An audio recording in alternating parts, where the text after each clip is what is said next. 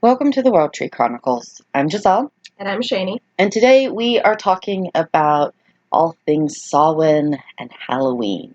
Ooh. Spooky. Let's start with I love spooky season. Mm-hmm. It's like my freaking favorite. Me too. It's fun. We get to do so much stuff. And even in this COVID-y era, we're finding ways to have fun with the spooky season. Yeah, absolutely. Even though we're stuck inside, I think it's still important to celebrate all the seasons as they come around as best we can. We have to adapt it a little bit, but it's spooky season and it's fun, and the chills in the air and the wind's blowing and the leaves are changing color and flying everywhere and pumpkins are getting carved, and it's my favorite. I know I'm looking forward to going and picking up pumpkins. Me too. So, to a lot of modern pagans, October 31st is known as Samhain. Mm-hmm. To the rest of the world, it's known as Halloween. Mm-hmm. And the two are so intimately connected throughout history. Yeah. So let's start maybe with talking a little bit about Samhain. Pronounced Samhain, Mm-hmm. spelt Samhain. Yep. And I love it. We have some friends who, cause being English speakers and being American and being a little bit of the hooked on phonics generation, you see Samhain and you cannot help but think Samhain. Even to the point that popular shows like Supernatural have an episode about it and they call it Samhain. Right, and I find that always just really funny when it does come across media in that way. It's like, oh, are they gonna say it? No. They Americaned it. Or occasionally it's like, oh, they got it. Oh, somebody did their research. You get so excited when they get it. It's fantastic. Oh, and I love it. We have some friends who every time they have to say Samhain to spell it out, and they go Samhain. Samhain. It's like this little like blasphemy chant. Like, I do know the right way to say it. Don't remember that, brain. Right. No, exactly. So Samhain, what is it? It is an ancient Celtic holiday that celebrates the final harvest. The word Samhain, or now I said Samhain. Samhain. The word Samhain actually means end of summer, is what the actual word itself means. So it's celebrating that end of the harvest, a time when spirits would come and roam the earth, and we, invite our ancestors in and honor them and things like that. So Samhain, where we actually get quite a few of our Halloween traditions from, has ancient Celt roots. Yes. And for them, the Celts believed that the new year was November 1st, or, that equivalency, because they didn't have the Gregorian calendar. Right. And so Samhain was also the end of their year. Yeah, and a lot of times you hear it called, even today, the witch's new year. Yeah. And that's kind of how it's been modernized in a way. Right. So do you want to talk maybe a little bit about kind of some of the origins of Samhain being a Celtic festival and where that kind of came from? Sure, I can go over some of it. So the Celts celebrated their new year on November 1st, and they believed that the night before the new year, the boundary between the worlds of the living and the worlds of the dead would become blurred and at their thinnest. And we hear there's a lot of modern times talking about the thinning of the veil and the time of the year where the veil gets thin. And that's what they're referring to, people. They're referring to the barrier between the world of the living and the world of the dead thinning. Exactly. And then the early beginnings in the ancient pre-Christian Celtic society, primarily it started in the Bronze Age, is when we start to see the word Samhain coming up, and how the traditions are starting to be formed and stuff in that early time period in the Bronze Age. It's been a festival honoring ancestors and the dearly departed. Like I said, with it being called Summer's End, it's the last harvest. Usually consists of processing meat from hunting, or even the livestock would be processed and the meat would be preserved for the coming winter months. Traditionally, way back when, it would have been a 3-day festival which celebrates the joining of the community to light a community fire where the livestock that was going to be butchered for those winter months would be walked between those bonfires through that smoke, to spiritually cleanse the meat so that the meat would not have any spiritual attachments or ghost attachments or negativities or Right, and that falls into this. I mean, it's an old belief, and we see it really prevalent not just in the cults, but in mm-hmm. a lot of societies about spirits being able to attach themselves to physical objects. We Yeah. even see it today in the ideas of haunting. Mm-hmm. Mm-hmm. Haunted objects, haunted paintings, and dolls being particularly popularized in pop culture. Right. But that's a big one. It's like, what do you do when you have to deal with spirits? And a Mm-hmm. night when all of a sudden, you're flooded with more spirits, some of which may have had malicious intent. Mm-hmm. There's a lot of lore around people who were wronged in their death coming back on Samhain to kind of Mm-hmm. track down Who done it, who did me wrong, kind of thing. It's very slasher movie-esque, almost imagery, Mm-hmm. No, absolutely. But it really makes sense, too, when you look at it with them, preserving that meat and getting ready to butcher those animals and things like that. For one, going into the winter months, but also timing it around the 3-day festival of Samhain, was also believed that the spirits of the animals would have an easier passing as well, and that they would be able to go a lot, more peacefully and a lot easier during that time period.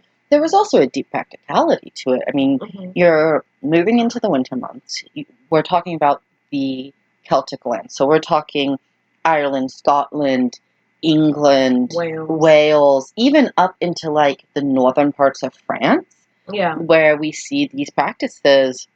And it gets cold in the winter, and snow comes in the winter, and resources get dwindled quite a lot in the winter. So you're not just like butchering animals for butchering's sake, but you're really taking a look at like, what is your herd like? What is the health of your herd? How have the resources fared this year? Do you have the resources to keep a herd as large as you have healthy over the winter? Or do you need to selectively slaughter certain members of the herd, give you smaller, more manageable size herd to deal with the winter?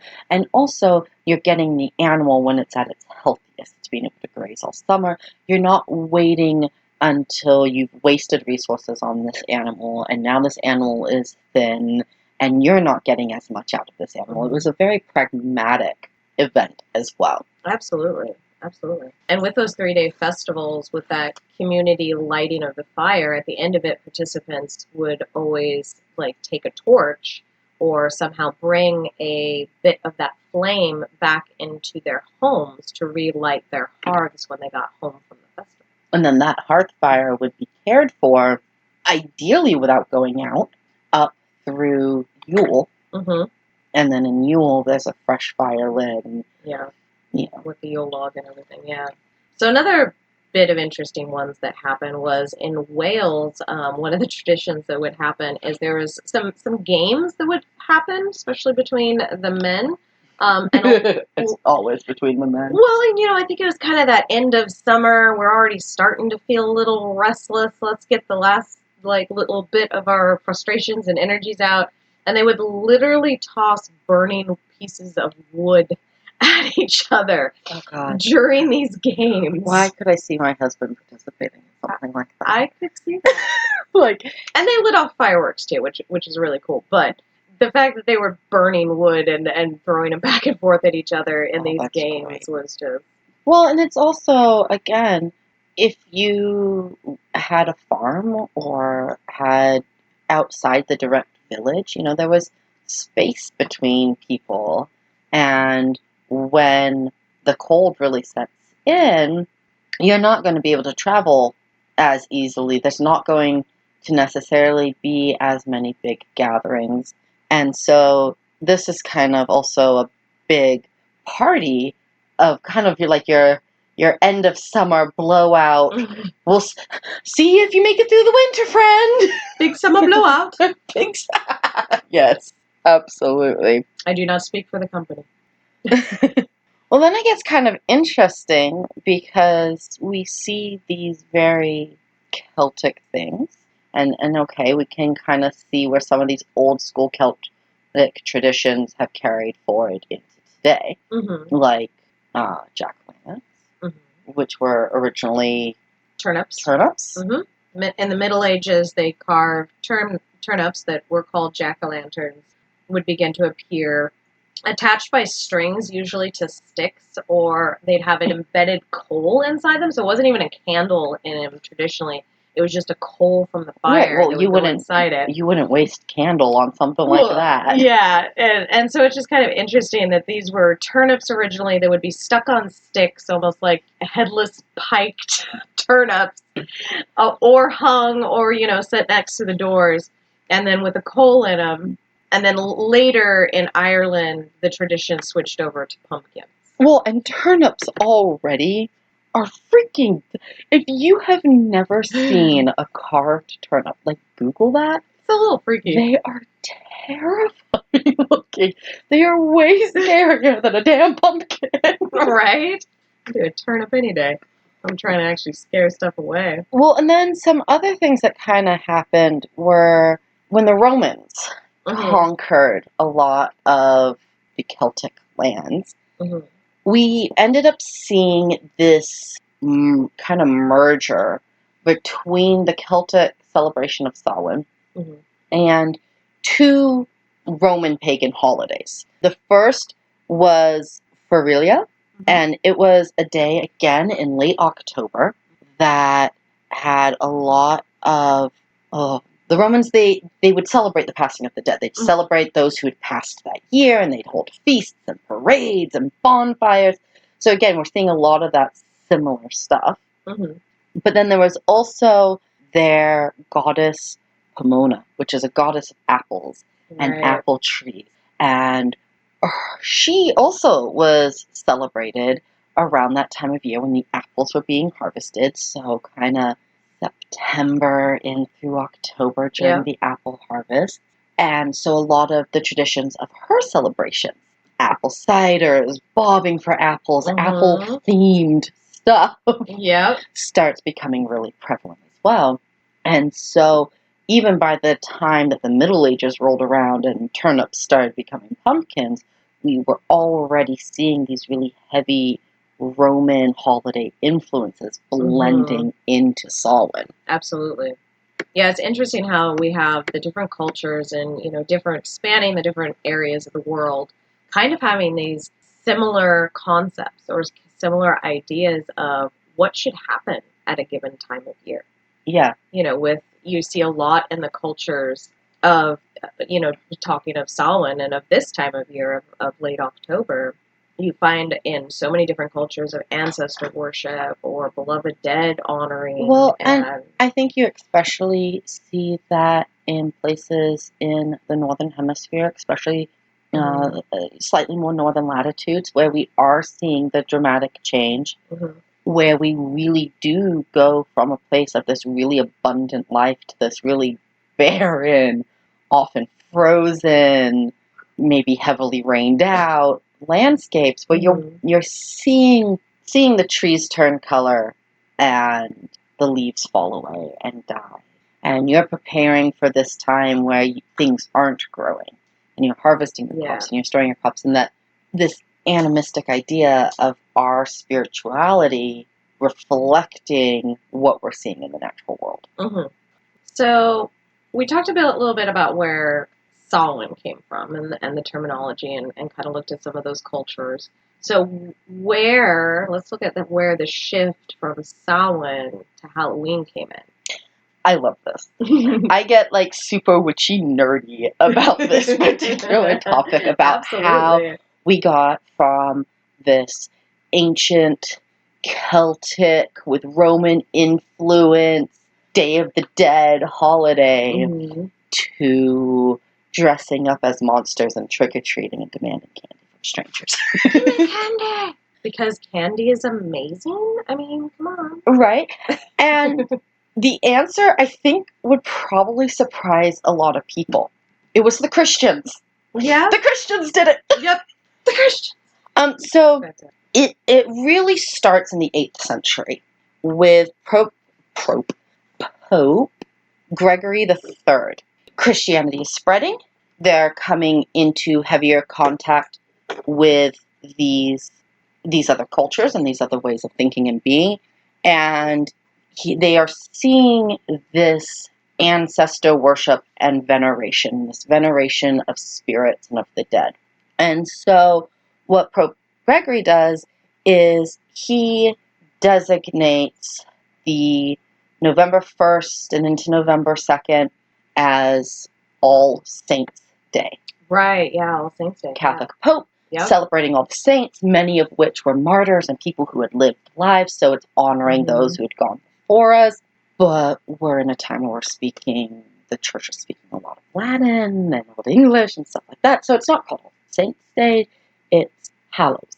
Hallows was spirit and was a saint. So All Hallows Day, All Hallows Eve, being October 31st, over time and linguistics turned into All Halloween. Right. All Hallows, which is great. I like just the linguistics of it alone is fabulous. So then in early Christianity, when All Saints' Day has been declared a thing, now they're celebrating it. They're celebrating it in a lot of the same ways that they're celebrating Samhain. They are celebrating it with big bonfires, with community events, with parades, and specifically in the parades, dressing up as saints, angels, and even devils. So we see this early Christian influence come in, and it's also kind of the first time where we see the switch from in the ancient Celt. If you would disguise yourself, you'd dress up. Yeah, no, you'd at least cover your face, if nothing else, so that you wouldn't be recognized by spirits. Exactly. It was so that if you had accidentally pissed off someone who was dead, they couldn't find you. They couldn't recognize you, and they couldn't find you and mess your life up. Yeah. To now, we're dressing up in celebration of and veneration of. We're dressing up as our patron saint. We're dressing up as angels. And we're keeping that little kind of spooky side to it. And we're dressing as devils. And this is still all over in Europe at this time. Then Halloween comes to the Americas. Dun, dun, dun. Dun, dun, dun. And America had a huge influence into how we celebrate Halloween today. Oh, yeah, absolutely. Absolutely giant. So it starts back in really colonial America. In colonial America, you have a super mixed bag. Some colonies are more Puritan and damn the practice of Halloween altogether. Those that kind of move a little bit farther south, a little bit looser with it, and we're coming back to that community celebration. We're starting to see some integration of different Native American, varying degrees and what tribes as you get farther south. We start seeing Halloween take on a little bit more of Dia de Muertos, Day of the Dead vibes to it a little bit as it's interacting with the native populations of America and how they view the afterlife. And again, we've got a little bit of these old school roots where bonfires, harvest parties, community dances, community feasts, storytelling, especially ghost stories. Like that was tradition, was to tell ghost stories. And then also to tell each other's fortune, especially women. It was a great time to tell your fortune and then find out how you were going to survive the winter. We're talking very colonial. Very colonial. And especially for young women that were of the marrying age or getting near the marrying age. It was also a little bit of that, flirtation and fun of, oh, who could my future husband maybe be? Exactly. Does my great-great-grandmother speak beyond the grave and tell me who I should marry? Absolutely. And so we're talking colonial America into what we would consider the Wild West. Mm-hmm. But it's not about ancestors Mm-mm. so much. No. It's very much about telling spooky stories and getting together as community before the winter months set in. And it stays this way basically into the middle of the 1800s. And then we hit the potato famine over in Ireland. Right. Yeah. And the Americas see this huge infusion of Irish immigrants. And with this infusion of Irish immigrants comes a huge surge in popularity of Halloween. Mm-hmm. And all of a sudden, it's from this thing that's, kind of celebrated to this thing that's regularly celebrated by a huge portion of the population. Oh, yeah. Absolutely. And what's really interesting, though, is that during this time, it's not a kid's holiday. No, not at all. It is gory. It is mischief-filled. It is full of trickery and horrifying stories and grotesque imagery. And it's very, very spooky scary. And it's very much an adult party. To the point that by like the late 1800s, early 1900s, you don't see really kids involved at all. Kids have gone off to bed. Mm-hmm. Mom and dad They've are been hosting tucked a in. party. Or going and attending a gala party. Or going and type of attending. thing. There's Yeah. costume happening. There's varying adult debauchery happening. It's a good old fun time. Well, in the late 1800s, too, that's also where we start to get Bram Stoker's Dracula and Mary Shelley with Frankenstein and the Penny Dreadfuls that were published that would come out that would have, short little ghost stories or creepy tales. Exactly. And so you're starting to see more and more of this emergence of the creep and the taboo and the things that we don't... Well, and you're talking about taboo. I mean, now we're starting to hit really close to the Roaring 20s. Mm-hmm. Where in the Roaring 20s, it's still, maybe the kids would come down for an hour and bob for apples and get a sweet, Right. and then they'd be ushered off to bed, Mm-hmm. and the drinking, and Mm-hmm. the partying, and the exploring of the taboos. Debauchery. Yeah, the debauchery. Fabulous debauchery. Look, Dionysus would be proud. That's all I'm saying. Right. Oh my goodness. And then we hit the mid-30s into the early 40s, Mm-hmm. and the script gets flipped on us.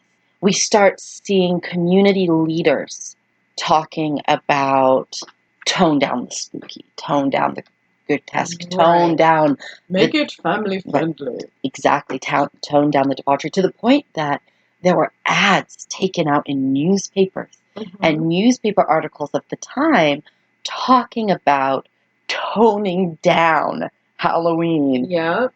toning down the mischief. We see a crackdown on crime, of vandalism, and Halloween mischief starts to happen. And we start seeing it marketed more and more as a family-friendly event. Mm-hmm. And by the 1950s in America, a full-blown family event. Like, we're starting to see trick-or-treating be a thing. We're starting to, and then we're still a lot of homemade treats, the caramel apples and popcorn balls and things like that.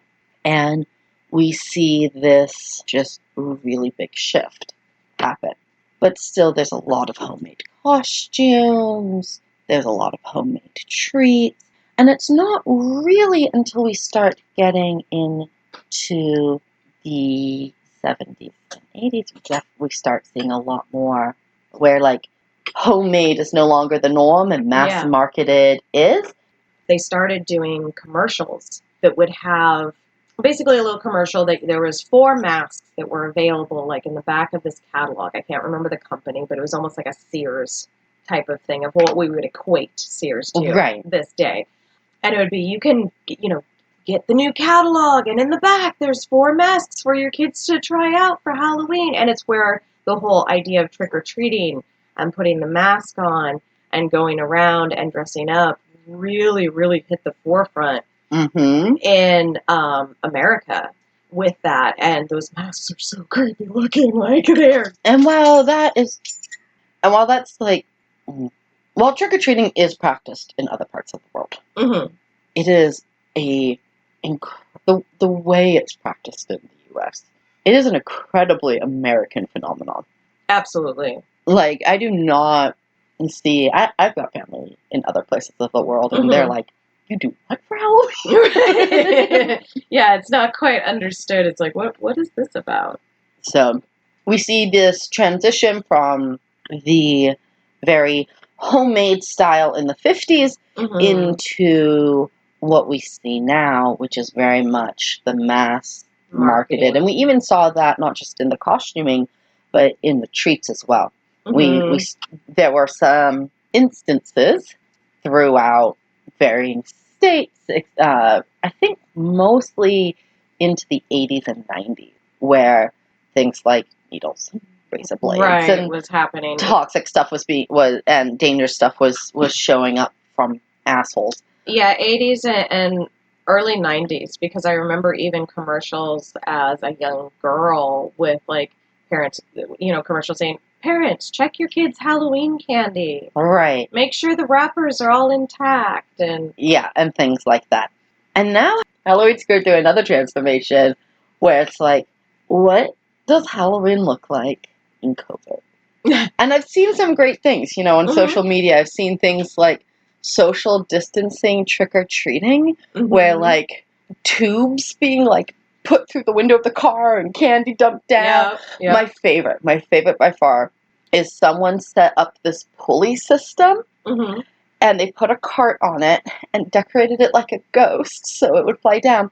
But the little tiny like cart thing on it had a couple slots for candy and then 2 slots for beers for the parents.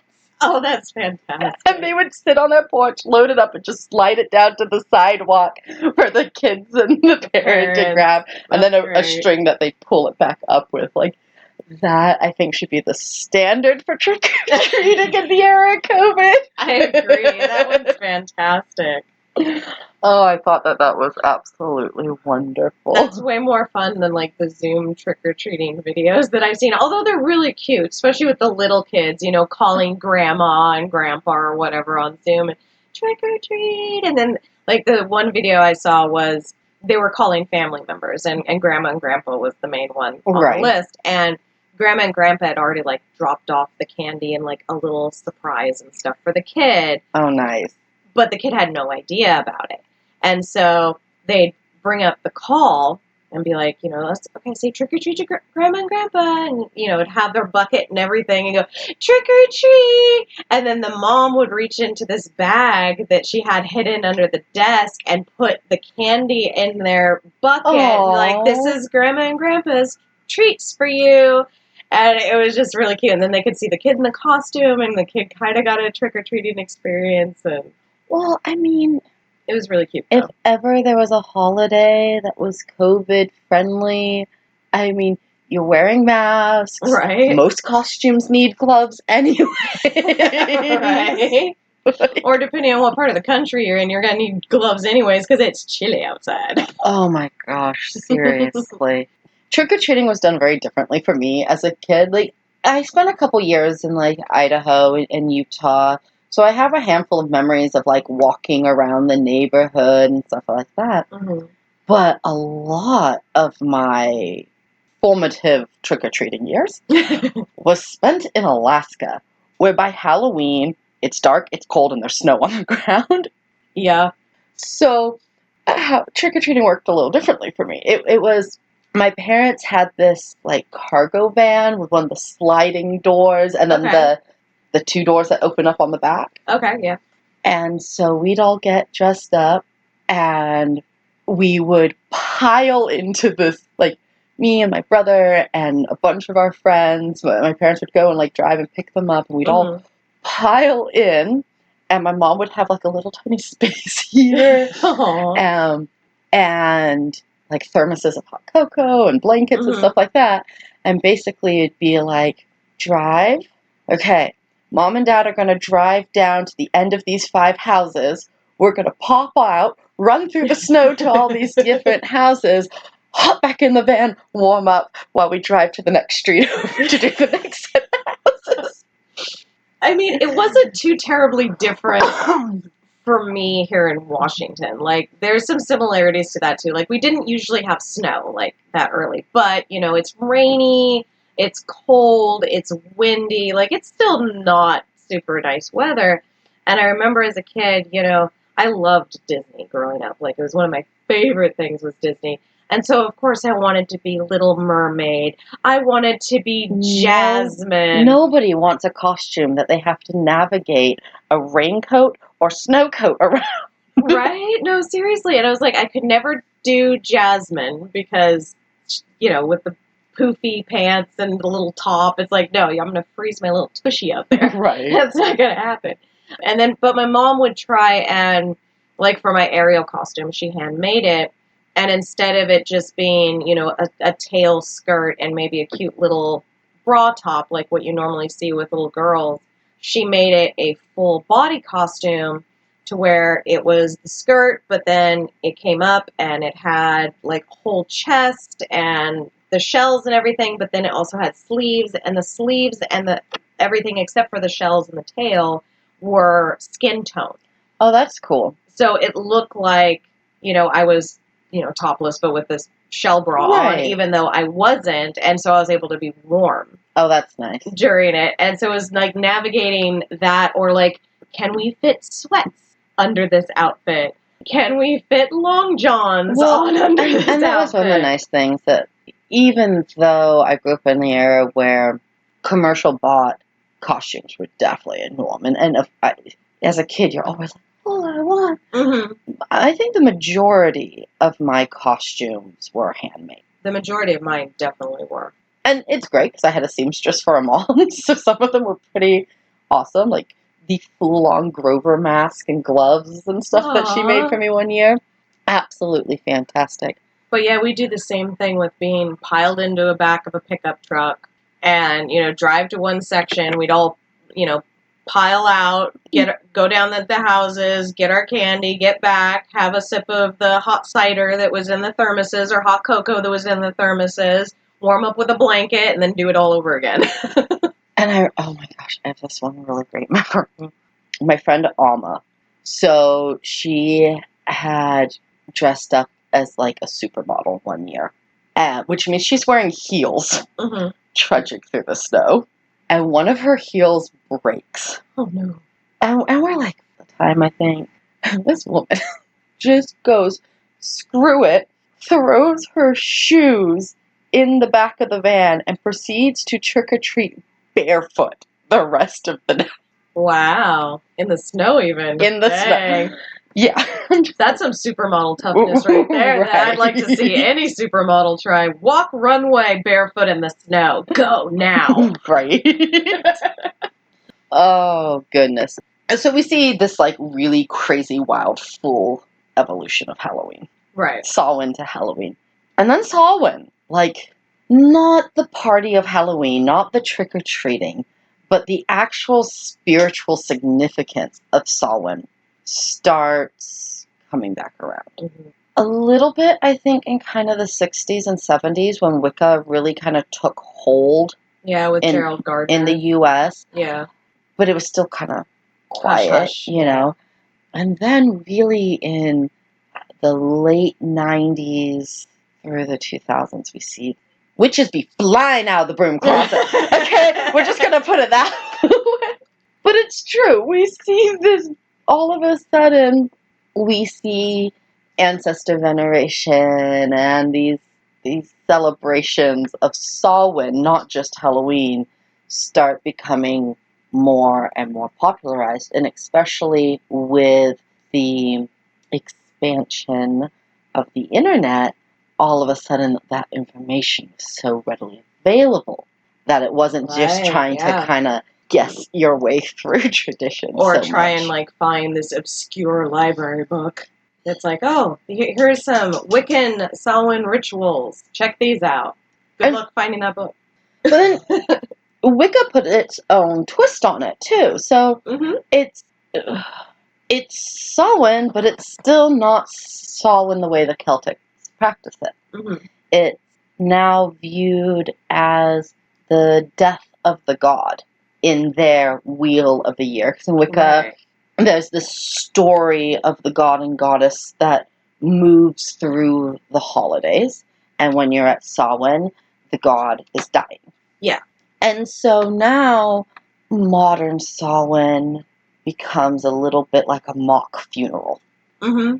No, very much so. or a memorial.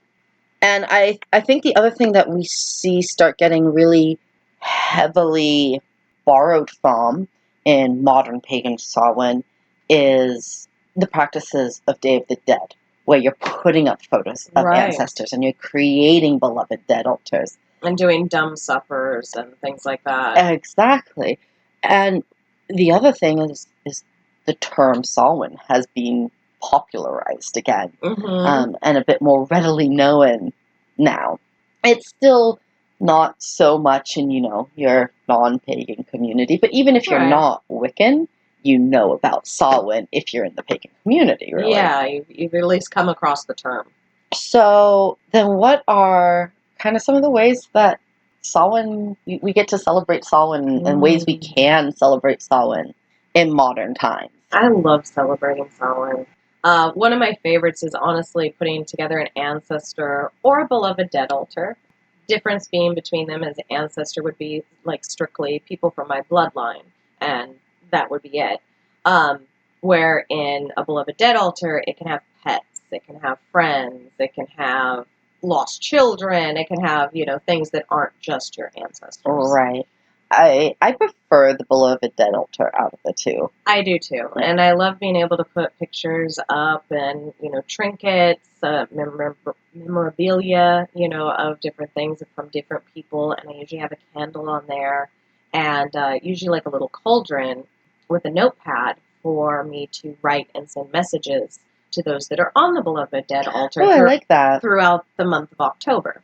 I like that. Is what I usually do with that, and then the night of Samhain, I'll have a little cup and saucer that goes onto the beloved dead altar. That's my little version of a dumb supper. Okay. That usually has little bits of whatever I had for my, Samhain feast or whatever my meal was for Right. Samhain, and then a little, wine or whatever I had along with that meal or along with the ritual that I attended, depending. And those two things are on the altar as an offering and as a there's about, feeding your ancestors and feeding those that have departed. Right. You want to talk about time to do some ancestor work. Absolutely.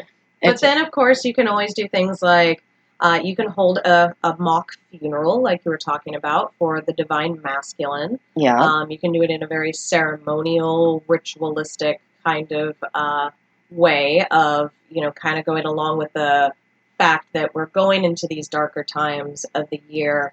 The leaves are falling, everything's Right. getting colder, things like that, being that even the representation of the masculine dying.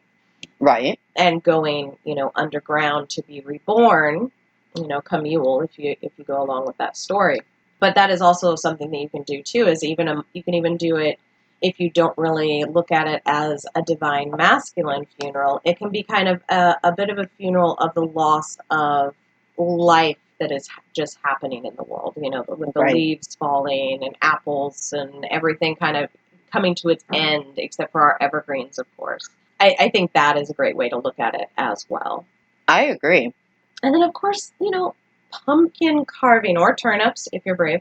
Actually, I want to do a turnip this year. someone we both follow on TikTok did a turnip. If you're going to do a turnip, you got to hollow it out with a melon baller. Yeah, that's really the best way to really mucho brilliant. Yeah, I've seen people try and do it with spoons and knives, and it just does not look like a fun process. That melon baller made it look so easy. Right, absolutely. But yeah, and then you can do things like pumpkin carving, corn mazes. Divination is huge for this time of year, doing different types of divination. Past life readings. Yep, past life readings. Speaking to the dead, don't play with a Ouija board unless you know what you're doing. Yeah, please don't play with a Ouija board. Don't do that. That's a bad idea. But then you can even do nice little things that are more, nature focused to a certain degree of, maybe bundle up and get a thermos of hot chocolate or cider and go on a fall nature walk. Leaf magic. I love this. This is where you take one of the fallen leaves, and where we live, we've got maple trees. Mm-hmm. And these big, beautiful maple leaves. Mm-hmm. So you get them when they've fallen. They're kind of yellow, but they're not yet like Crunchy yet? brown. Like close to, but not quite.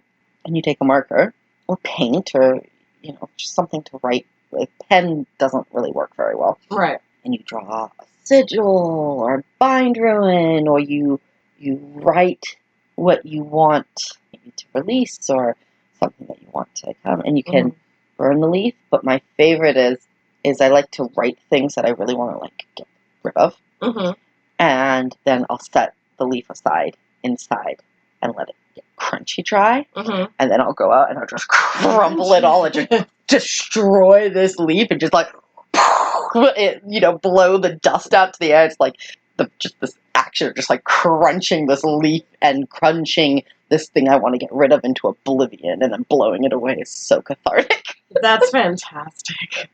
I've seen people do things with like different nuts too, like with acorns and especially with hazelnuts, actually, because you get the story of the 9 hazelnuts that was the knowledge that was passed down to man from the salmon.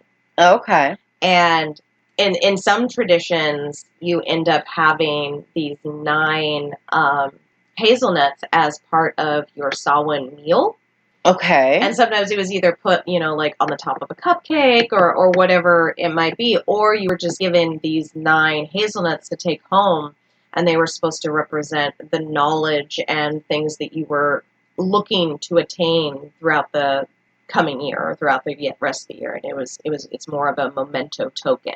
But it's coming back to that hazelnuts and nuts and stuff like that is also something that's harvested this time of year. Right. And then bringing in that story of how the salmon brought knowledge to man.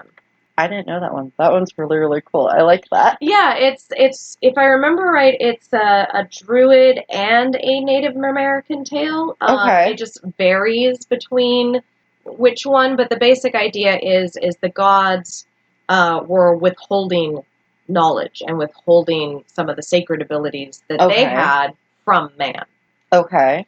And the salmon, who was also kind of a trickster, went, well, that's not okay. That's not okay. Why are you keeping that from them?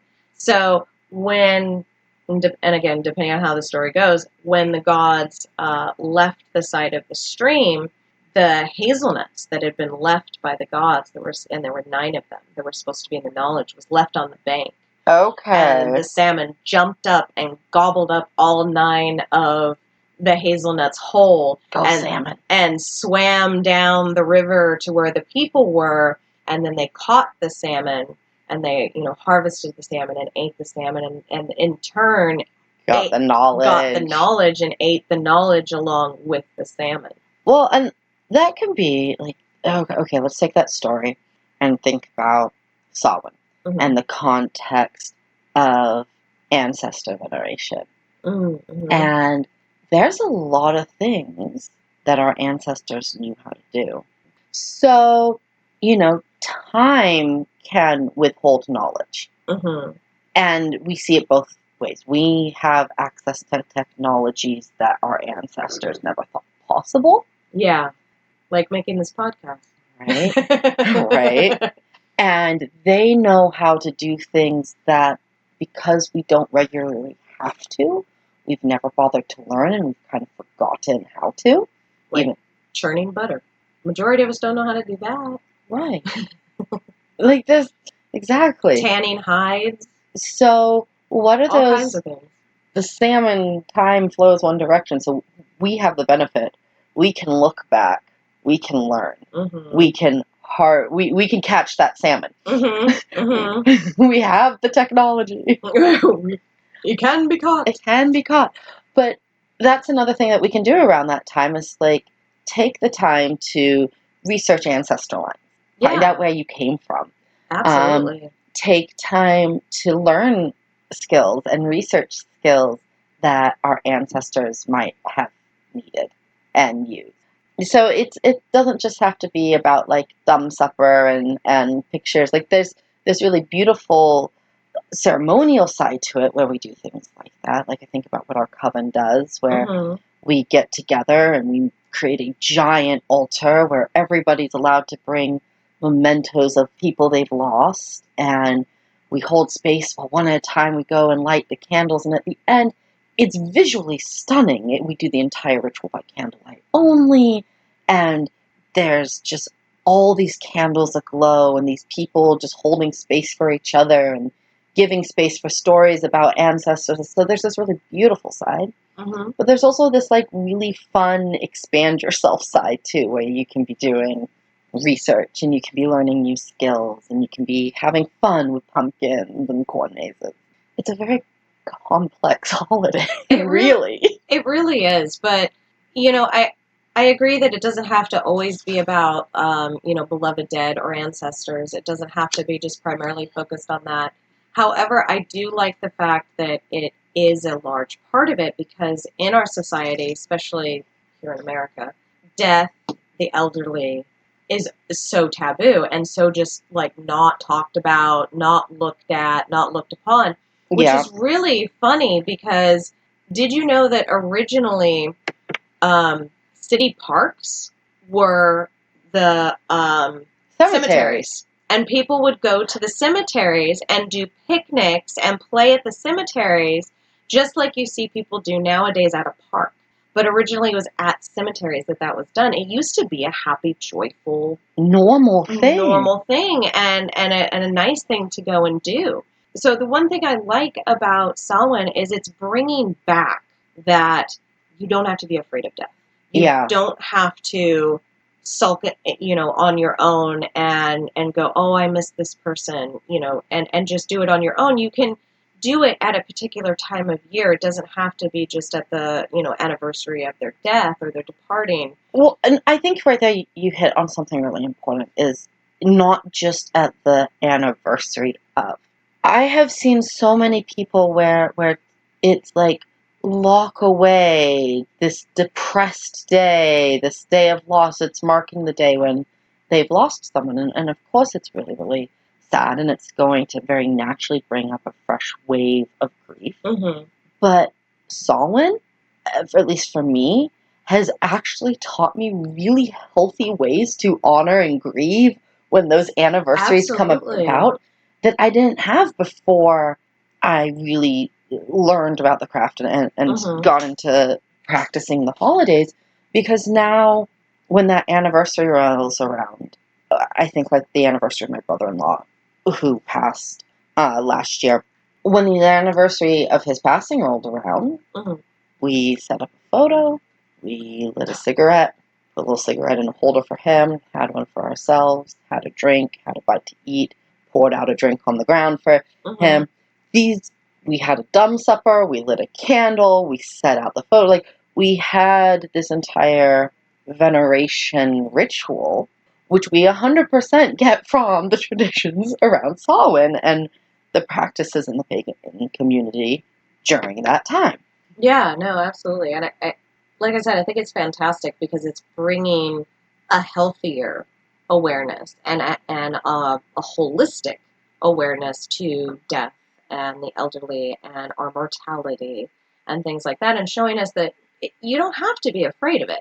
It's actually a really natural part of life. Yeah, it's a very extremely natural part of life. One of the most natural part, except for, with us having to eat and drink, death is just right up there with it. Right. It's just a matter of course. But it doesn't have to be something that we fear. It doesn't have to be something that, we fear not only our own mortality, but the mortality of those that are around us, because we know that they're still going to be there. They're still going to be able to be there in a different sense than they are now, but they are still there. And then we have these times of honoring them, like you said, not only on their death anniversary, or maybe even on their birthday too, but also on Samhain or, Halloween, All Saints Day, whatever you want to call it, of being able to honor them at that time Yeah. as well, and it's bringing that memory going forward year after year after year. It's creating a space to pause Hmm. and be like, I'm pausing, I'm remembering, I'm reflecting, I'm honoring. Hmm. But there's also so much of this fun activity that we love and we want to participate in that we're not forgetting to live. We get to Right. pause, we get to celebrate, we get to honor, we get to remember, we get to grieve a little, we get to have support in that, and then we get to go and trick or treat and have Hmm. fun and remember that we're living our lives. Like, I feel like Samhain can teach so many people how to not get caught in grief, how to roll with it, how to Right. give it its space, but how to not let it dominate you to the point that you're not living. Exactly. And it's something I've always said about grief is that grief is wild because it is the waves of it, just up, down, sideways, upside down. It tosses you all about. You think you're good for ages, and all of a sudden it blindsides you. Exactly. It is wild. And we have to recognize that as such and understand that it is a process, but know that we can come out the other side of that process. That process isn't going to continue to that extreme, Right. for the rest of our existence. That it's going to lessen. It doesn't mean we're going to stop missing that person or stop loving that person at all, but it does mean that we can still live. Right. Give yourself the permission to live after someone has There passed. it is. Give yourself the permission. I Because love that. it's almost like how, you see it in war movies and stuff like that, where it's the survivor's guilt. I even see that to a certain extent just with like family members. Is Yeah. there's, even if it, was an accident or they were sick or whatever it was, and it had nothing to do with you. You weren't the one driving. You weren't the one that was sick as well. Like you had no, you weren't in the same boat with this person. You still get that almost survivor's guilt of why are they gone and I'm still here. Right. No, absolutely. And part of it is, you'd mentioned it, the removing the taboo around death, the Mm-hmm. normalizing of death, the normalizing of aging. Well, if we actually have a time where we set aside and we basically go, okay, we're going to sit here with death, we're going to sit here with memory, we're going to sit here in all this beautifulness because Mm-hmm. the traditions we've built around it are fun and are beautiful. We're going to make it where it's not so scary. It's there, it's a part of us, it's in our face. We don't have to fear death. We don't have to tuck away the idea of death. And then following that down, we don't have to tuck away those who are nearing death. Right. Yeah. No. You know, start bringing back in. And I think that's the other one is as we practice ancestor veneration, Mm-hmm. I think it changes the way you look at your living ancestors. Yeah. How are you going to interact with great grandma, with mom, dad, aunt, uncle? Mm-hmm. Are you going to tuck them away and forget about them in a nursing home? Are you going to go, well, I don't have the ability to care for them myself, so I'm going to have help, but I'm going to be active in their life? Like I feel like when you practice ancestor veneration, Mm-hmm. you are left with no choice but to help honor and care for Your current living your living ancestors. Yeah, and ancestors your living family. Yeah. when they start getting close Yeah. to that place. So Mm-hmm. I feel like this is a really beautiful practice. And I I'm think so too. glad that it's not just about the party of Halloween anymore, and it is about all the great things that Samhain teaches Yeah. and these things that it can. I see the possible ripple. Right. Like, No, absolutely. and I've experienced it in my life. Like, Mm-hmm. how you view interacting with grandparents or what's going to happen when my parents are this age. Mm-hmm. Well, and it's even for me, it's been also like a change in terminology or a change in dialogue, even. It actually bugs me when people always say, I lost someone. Like, really? Where Mm-hmm. did you put them? Right. Right? Because lose something is different than someone passing away. Right. It's extremely different, in my opinion. They're very two different separate things. Is if you lose someone, it's one thing. If they've passed away, or however else you want to put it, that's something entirely different. So I've never been a one to, or at least especially getting into the pagan practice, I've never been one to say I'm sorry for your loss, even though I know it's a loss of life. But I still feel like it brings back to that I lost so and so. Right. And it's like, no, it's not a loss. It's a shift. It is a shift. It's a shift. It's not a complete loss. It's just a shift. And my family, had in my friends and family group, we've lost a couple people in the last year. And I've been very... Did you leave them on the shelf? Yeah, absolutely. They're in the couch. We had a couple people pass. And I noticed a lot of that language, And then I also noticed the reactions I got because I wasn't using language. It was, oh, they've passed through the veil. It wasn't talking about, oh, they went to the ancestral halls. Right. That one I got some interesting looks over in the... I bet. The what? The who's with the what's? Well, we have one of those. When you don't exactly believe in heaven and hell, you get the ancestral shores or the ancestral halls. Or, Or, just the ancestor spot. Right. It's the place where the ancestors go. That's not the nursing home. That's not the nursing home, exactly. And even in the aftermath of the grieving process, when those times come around, having non-pagan family members and friends turn to me and basically be like, what is it that you are doing that makes it so? Right.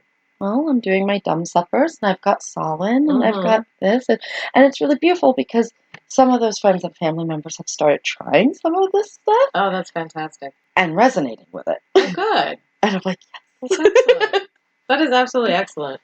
But it comes from this, well, when you sit with it, when you face it, you get a little comfortable with it, when you stop viewing it as some big, bad, scary, when you stop viewing it as something that's as a loss. Yeah. As something that's less than permanent. Yeah. Even like life isn't permanent, so why would death be permanent? Like that doesn't. If we're looking at the cycles of things. Well, there's that, and there's being witchy and having some of these, for better or worse, gifts. Right. They talk. Oh yeah, absolutely. Just because they're dead doesn't mean they're gone. And some of them are noisy fuckers. And that's honestly the other side of the, I lost blank. Right. I almost feel like the spirit's like, I'm not lost, bitch, I'm right here. Did you think of that TikTok audio? I lost my poor and woman, stop telling people I'm dead. I'm right here. Yeah, no, exactly. It kind of makes me feel like I always want to speak on the behalf of the spirits. Like, I'm not lost. I know exactly where I am. Well, and here I am. I'm like, oh, of course it's sad. I'm crying. I'm heartbroken too. Right. I miss the fact that I'm not going to get a hug. But here, have a candle engraved with symbols. Light the candle and talk to the But it's true. I'm like, if you want to talk to him, just take this candle. Yep. Yes, I carved symbols into it. Light it. And just sit there and have a chat. Have a conversation. Yeah. And then pay attention to your dreams, because that's how they tend to like to talk back. Usually. I'm not sure if it's a healthy or weird way of looking at it. I honestly see it much more in the healthier aspect, because I feel like otherwise it's just tucked away, and just like how we talk about we should never suppress our emotions and our feelings and our desires and things like that. It's doing the same thing with death. It's suppressing those losses, quote unquote. It's suppressing those people that have moved on and are no longer with you, and the sadness and the grief and everything that goes with that.